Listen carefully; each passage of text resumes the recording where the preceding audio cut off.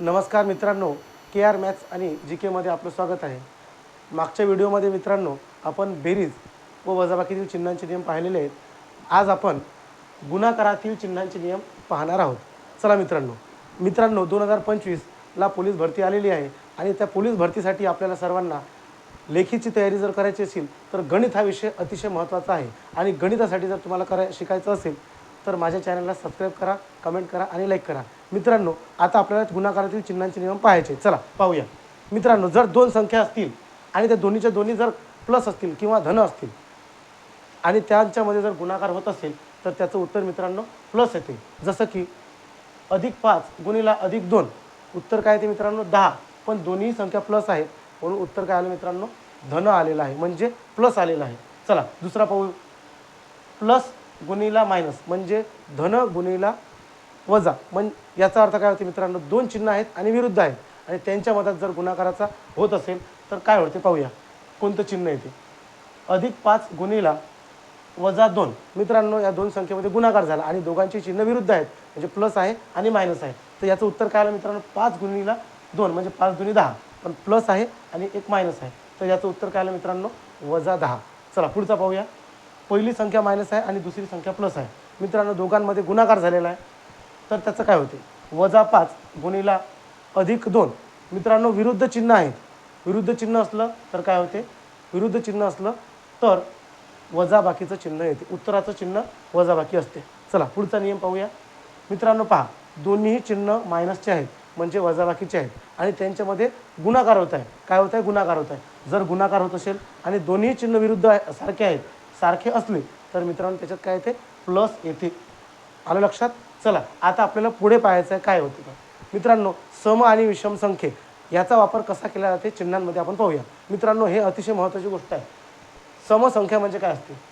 ज्या संख्येच्या शेवटी 0, 2, 4, 6, 8 हे असतील, ज्या संख्येच्या शेवटी 0, 2, 4, 6, 8 हे अंक असतील त्या संख्येला समसंख्या असे म्हणतात मित्रांनो. आणि गुणाकारात त्याचा वापर कसा करावा हे आपण पाहूया. पहा गुणाकारात कसा वापर करायचा. मित्रांनो पहा, -2 गुणिला -2 गुणिला -2. मित्रांनो, याच्यामध्ये काय आहे पाहूया. 2 लाख कोणतं चिन्ह दिलेलं आहे मित्रांनो वजा वजा वजा. आता 3 वेळा वजाचं चिन्ह आहे म्हणजे आपण पाहूया विषममध्ये आहे. विषम संख्या म्हणजे कोणत्या असतात. 1, 3, 5, 7, 9. ज्या संख्येच्या शेवटी 1, 3, 5, 7, 9 असते त्या संख्येला विषम संख्या म्हणतात. मित्रांनो, आपण पाहूया की 2च्या समोर वजाचं चिन्ह आहे, या 2च्या समोर वजाचं चिन्ह आहे आणि या 2च्या समोर पण वजाचं चिन्ह आहे. मित्रांनो, 3 वेळा वजाचं चिन्ह झालं म्हणजे 100% उत्तर मायनस येते. 2 गुणिला 2 गुणिला 2, 2 दुनी 4, 4 दुनी 8 आणि चिन्ह 3 वेळा आहे म्हणजे विषममध्ये आहे, म्हणजे उत्तर काय आहे मित्रांनो मायनस आहे. चला पुढचं पाहूया. दुसरं 2 गुणिला -2. पहा मित्रांनो, चिन्ह वजाबाकीचं चिन्ह किती वेळा आहे मोजून घ्या. पहा एकदाच आहे म्हणजे एक ही संख्या विषम आहे, म्हणजे विषम संख्या जर असली तर उत्तर 100% काय असते रे मायनस असते. पाहून घ्या मित्रांनो, उत्तर काय आलं -8. चला आता शेवटचं आपण पाहूया. -2 गुणिला -2. मित्रांनो, वजाबाकीचं चिन्ह किती वेळा आहे पाहून घ्या. 1 आणि 2. पूर्ण गुणाकारामध्ये किती वेळा आहे. 2 वेळा आहे. किती वेळा आहे. 1 आणि 2. 2 गुणिला 2 किती होते सगळ्यांना माहीत आहे. 2 गुणिला 2 किती होते रे 4 होते. पण चिन्ह किती वेळा आहे ते पण पाहून घ्या. किती वेळा आहे. 1 आणि 2. समजलं का. 2 आहे म्हणजे काय रे सम आहे. सम आहे असलं तर उत्तर काय ते 100% त्याचं उत्तर काय असते प्लसमध्ये असते.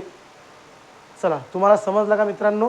आज आपल्याला गुणाकारातील चिन्हांचे नियम शिकायचे होते आणि ते आज मी तुम्हाला समजावून सांगितले. याच्या आधी मित्रांनो बेरीजचे नियम झाले होते. आता याच्यानंतर आपल्याला भागाकारातील चिन्हांचे नियम येतील.